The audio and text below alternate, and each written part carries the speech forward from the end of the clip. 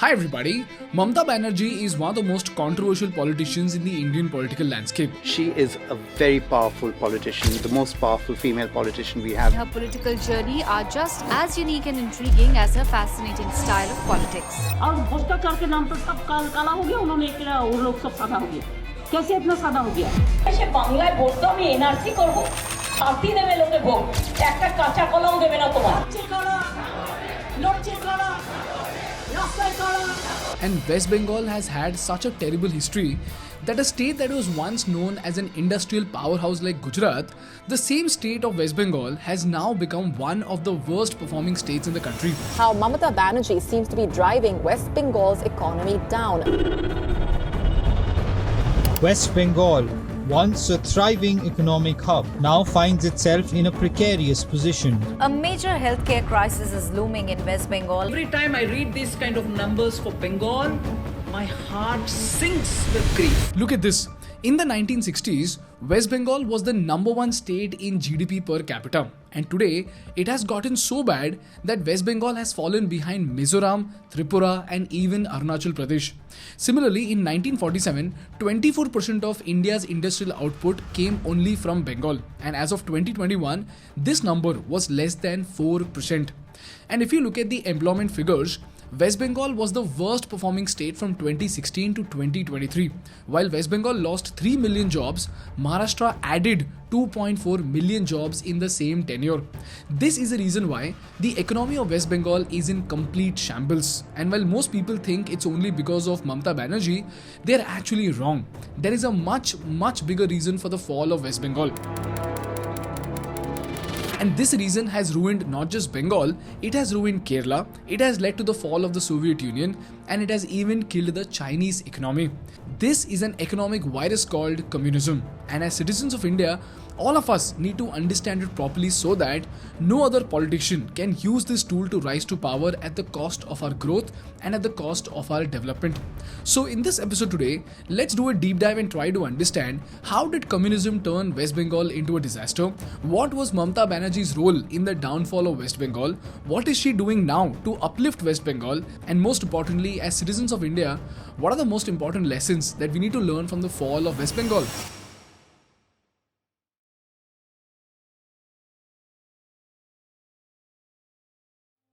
But before we move on, let's take a moment to thank the sponsors of today's episode, which is Tootsie. People, have you ever wondered how your favorite celebrities like Cristiano Ronaldo, Miley Cyrus and Shraddha Kapoor, they are rocking with the most perfect smiles? Well, that is because they've used clear aligners to straighten their teeth. I've talked about Tootsie aligners in my previous videos and they're India's #1 clear aligner brand right now. Tootsie aligners straighten crooked teeth and close teeth gaps with guaranteed results. Imagine this, 6 to 12 months and you're done. The best part is that no one will even notice that you're wearing them as they're completely invisible once worn. Plus, these aligners are removable, so you've got the flexibility that braces don't offer. To get your custom teeth aligners, simply visit their website or download the app to book a 3D teeth scan. You can choose between at-home scans or visiting one of their experience centers all across India. A professional will conduct a teeth scan and you will receive your smile plan, and once approved, your invisible aligners will be delivered in just 4 to 5 days. If you're someone wanting to get your teeth straightened, it's usually a call between braces or aligners. But braces can be painful, they come with food restrictions and they make oral hygiene tricky. And that's why we see more and more people opting for these invisible aligners instead. So to get yours, click the link in the description and book your 3D teeth scan from Tootsie. The first 1,000 people to click and book the scan will get it absolutely for free. Chalo, let's start with the understanding of what is communism and capitalism. Let's start with capitalism. Let's say there are two farmers, farmer A and farmer B, who work on their field. Farmer A works very hard, puts in 12 hours of work a day and harvests 100 kg of wheat at the end of the season. Whereas farmer B, he takes it very easy, works only for 5 hours a day and harvests about 60 kg of wheat at the end of the season. Now, in a capitalistic system, farmer A would become rich because of his extra sales, and farmer B, he would just remain middle class. But in communism, what happens is that no matter how hard both farmers have worked, at the end of the season, both farmer A and farmer B's harvest are pooled together and they form a combined harvest of 160 kgs. And then this 160 kg of harvest is equally divided among everyone in the village regardless of how much each person has contributed. So if there are 10 people in the village, everyone will receive 16 kg of wheat each. Now do you see what is the problem with the system? If you were farmer A, how would you feel if you get the same recognition and money as the lazy farmer B? How would you feel if your extra hours do not make any difference to your life and your family's life at all? You will feel bad, right? This is exactly what happens in communism. So two problems arise as a result of this system. Number one, there is a lack of motivation. So farmer A might think, why should I work so hard if I get the same amount as the lazy farmer B? So next time even he will work only for 5 hours and his yield will go down to 60 kgs. So now if you see the collective yield, it will only be 120 kgs. So with time, the productivity of the people in the system goes down. Why? Because there is no incentive for extra performance. And secondly, there is no reward for innovation. So if farmer A comes up with a new farming technique that could increase yield, he will never share it with the society because no matter how amazing the innovation is, he will not get extra money or extra wheat for his family. So there is less incentive for innovation, because of which productivity does not shoot up at all. And this begs the question, if communism is so bad, then why do people still practice it? Well, that is because, ladies and gentlemen, it seems idealistic and more importantly, it is very, very convenient to follow.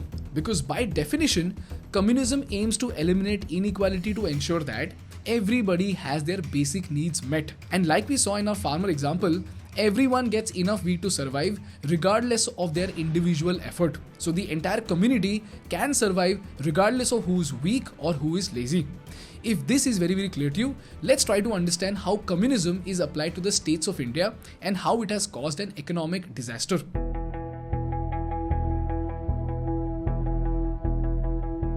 The classic example for this is Kerala. Kerala's communism focused so much on education and healthcare that today Kerala has the highest literacy rate of 93.91%. That's higher than the national average of just 74%. Plus, their healthcare system is one of the best in the country. So this seems like an amazing system, right? But look at this. The irony is that in spite of having the best healthcare and education system in the country, Kerala has the second highest unemployment rate in India. And businesses are not at all interested in going to Kerala, because of which the youth are moving out of Kerala. So the question is, when education and healthcare is so good, what exactly is the problem? Well, the answer to it came from Shashi Tharoor in our podcast. Look at this. The communists have done Kerala a huge disservice because in fighting for workers' rights, which is something admirable, they have won those rights, but they've also driven away investors. Well, the problem is that the government in Kerala doesn't like big businesses at all. So they don't put restrictions on unions. The laborers go on strike very often to demand more wages, and the government makes it very hard for big businesses to survive. Why? Because they believe in equality, which means whatever the rich makes, it must be divided amongst the poor. If it is not divided, then the system is rigged and the rich must be punished. In fact, lately, Kerala has witnessed militancy of labor, and it is absolutely horrifying for businesses in Kerala. This is the reason why Kerala has engulfed itself into a terrible economic crisis. If this is very, very clear to you, let's look at West Bengal. West Bengal has been under communist rule for decades, and just like Kerala, if you look at the trajectory of West Bengal, it's actually even worse. West Bengal was under communist rule for 34 long years from 1977 to 2011. During this time, West Bengal became so disastrous that, like I said before, West Bengal went from being the number one state with regards to per capita GDP in 1960 to one of the worst performing states in India. Its industrial output contribution went from a massive 24% of India in 1947 to just 3.5% in 2021. And lastly, West Bengal's contribution to the GDP fell from 10.5% in 1960 to just 5.6% in 2023. And all of this happened due to the disastrous acts of the communists. You know what they did? Here are three of the most terrible things that they did, which will give you a fair idea about why is West Bengal failing. Number one, multinational investment in West Bengal was practically impossible, and in the name of promoting small businesses, the big businessmen were almost treated like criminals. And a pathetic example is what they did to Aditya Birla. Aditya Birla, as we all know, is one of India's most famous industrialists. You know what they did to Aditya Birla? He was dragged out of his car, he was thrashed, his clothes were torn, and he was forced to walk while a crowd was laughing at him. And why did they do this? Simply because he had a big company and was operating in Bengal. That day, he took a flight to Bombay and never returned to West Bengal. And he took all of his money and offices out of Bengal. And it wasn't just Birla. Brook Bond India, the Singhanias of JK Tyre, and electronics giant Philips India, all of them have abandoned Bengal. And because of such move-outs, investments fell, industries left, and the unemployment started rising in Bengal. Secondly, trade unions were supported so much that it came at the expense of productivity. In 1965, there were 179 strikes and 49 incidents of lockout in factories. But by 1970, this number increased to 678 strikes and 128 incidents of lockouts. Now, just to give you an idea about what happens in a strike, if you run a factory, tomorrow, suddenly 10,000 laborers might ask to double their income because they want equality. So if an average worker is being paid 10,000 rupees a month, that is 10 crore rupees in expenses per month for the company. But tomorrow, if they demand for double salary and you offer it to them, your expenses will shoot up by 10 crore rupees per month and by 120 crores a year. Now you tell me, suddenly due to worker strike, if your profits go down from 150 crores to 30 crores, how would you feel? Very bad, right? And guess what? If you don't offer them the wages that they demand, they will stop working and your factory will lose out on productivity. Eventually, you will end up in loss with each passing day of strike. So these kinds of activities of labor unions increased so much in Bengal that they were making it difficult for factories and industries to carry out their production. As a result, the productivity of West Bengal decreased to 13.5% in 1970 from 24% in 1955 and 56. So if you see, communism was about fighting for workers, but when these businesses quit due to unions, the laborers were left unemployed, which literally defeated the very purpose of communism. And this went on till 1990, and then the historic moment of liberalization happened in India. The social and economic transformation of India had to take place in the framework of an open society committed to parliamentary democracy and the rule of law.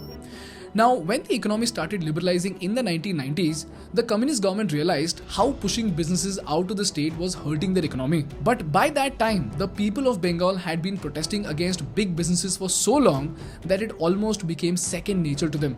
They didn't even stop to think about how it was holding them back. And the irony is that they thought they were standing up for their rights, but in reality, the people of Bengal were just hurting their own future. And just like this, the infamous event of Tata Motors happened in West Bengal. Long story short, for those who don't know, in 2006, Tata Motors announced plans to launch a revolutionary car that we all know today as Nano. And interestingly, they chose Singur in West Bengal to make these Tata Nanos. And this factory was approved by the communist government itself. And this factory was about to create thousands of jobs, and it was about to contribute hundreds of crores for the state government in taxes. But you know what did the people of Bengal do? Out of their instinctive nature, they started revolting against the Tatas. And Mamta Banerjee, from the opposition at that time, she started supporting the people of Bengal. And why wouldn't she? After all, communists hate industrialists, and when she supported them, she won their vote for the next elections. So the protest led by Mamta Banerjee literally drove out the Tatas, and it caused a massive loss of employment to West Bengal. And what did the Tatas do? They simply went to Gujarat and set up a factory over there. And also, Mamta Banerjee was elected as the chief minister in 2011. तो ममता बनर्जी ने 34 साल बाद left front का राज खत्म किया। 2/3 बहुमत के साथ ममता बनर्जी पश्चिम बंगाल की सत्ता में आई और आज उन्होंने मुख्यमंत्री पद की शपथ ली। Mamta Banerjee is India's Federal Railways Minister. She's popular among the poor and has promised to revive West Bengal's fortunes. So do you see the pattern?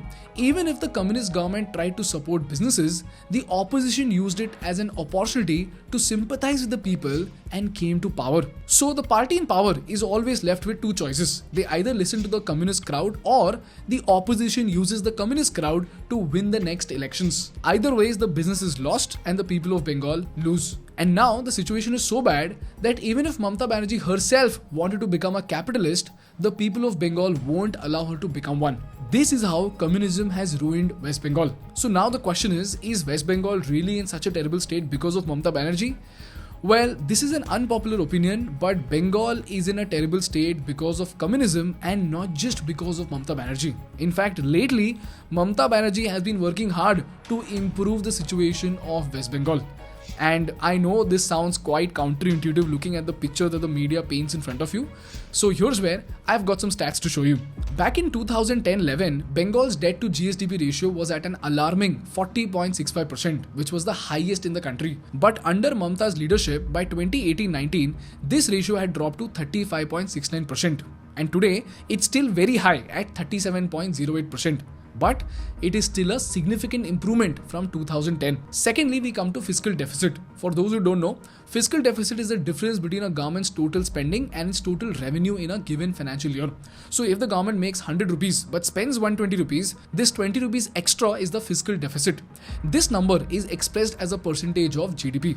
So if the fiscal deficit is 20 rupees and if the GDP is 200 rupees, then fiscal deficit is 20 divided by 200 equal to 10% of the GDP. So if the fiscal deficit is very high, it means that the economy is in a bad state. If the fiscal deficit is coming down, it means that the economy is improving. Now for West Bengal in 2010-11, the state's fiscal deficit was 4.2% of the state's GDP. But fast forward to 2024, it was down to 3.49%.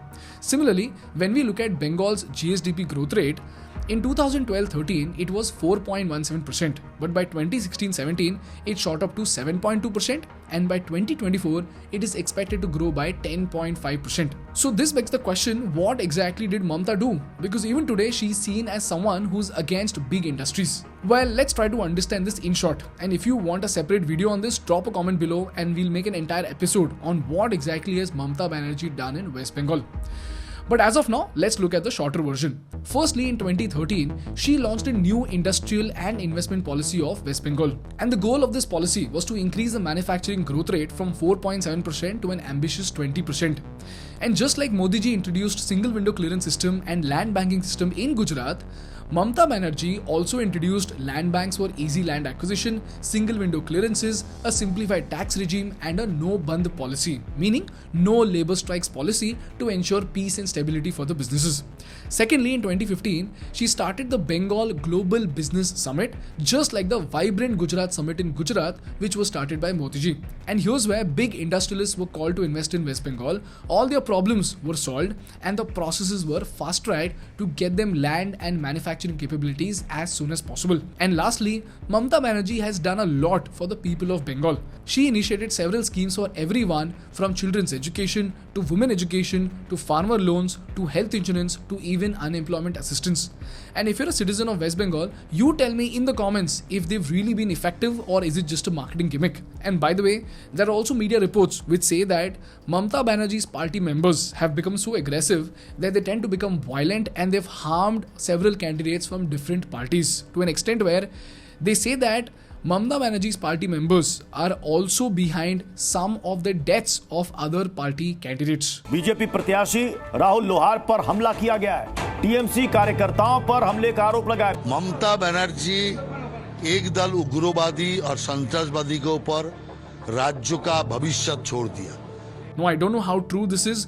I don't know much about it. You can tell me about it in the comments with proofs which will make your comment even more effective. But long story short, from what we can understand from theory and through the numbers and through the stats, Mamta Banerjee has been trying to bring a balance between economic growth and equality.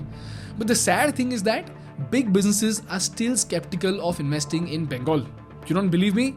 Look at this. From 2015 to 2019, the summit generated investment proposals worth 12.3 lakh crores.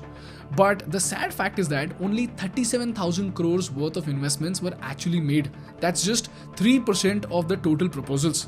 In comparison, if you look at the vibrant Gujarat Summit, they've been able to convert over 90% of the proposed investments, and Tamil Nadu is also converting about 65% of the promised investments. And when it comes to FDI also, West Bengal has been very slow.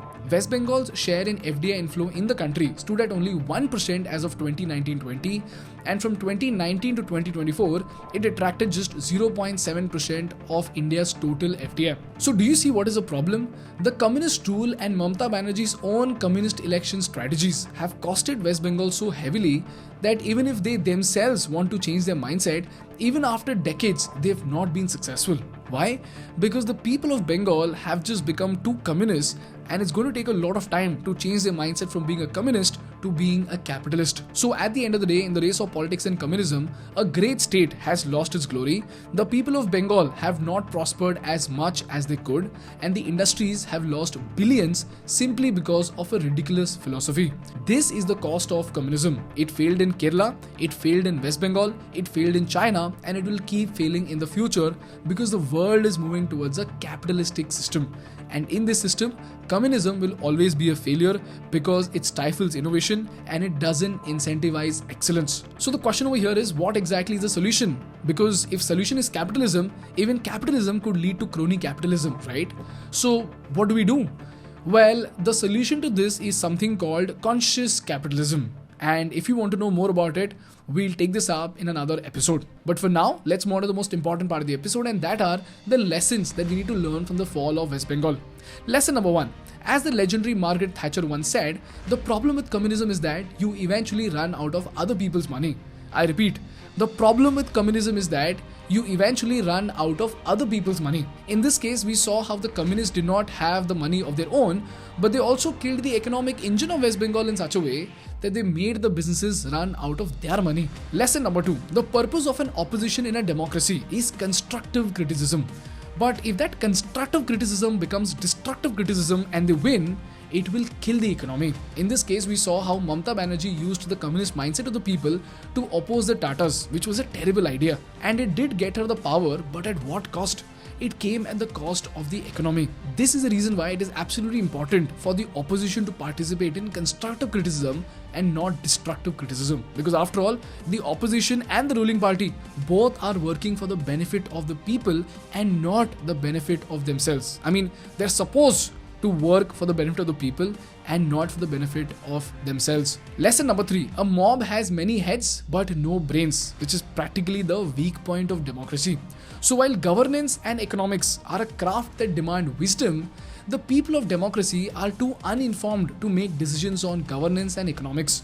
So to entrust a nation's finances to the uninformed is the best idea to invite ruins. In this case, we are seeing that even if the government of Bengal wants to change, the communist mindset of the people has become an invisible rope that is binding them to the past and that is hindering their path towards a prosperous future.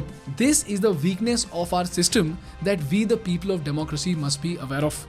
These are the lessons that we need to learn from the fall of West Bengal. And I just hope you learned something valuable. And make sure to download the Tootsie app to get your invisible teeth aligners to straighten your teeth.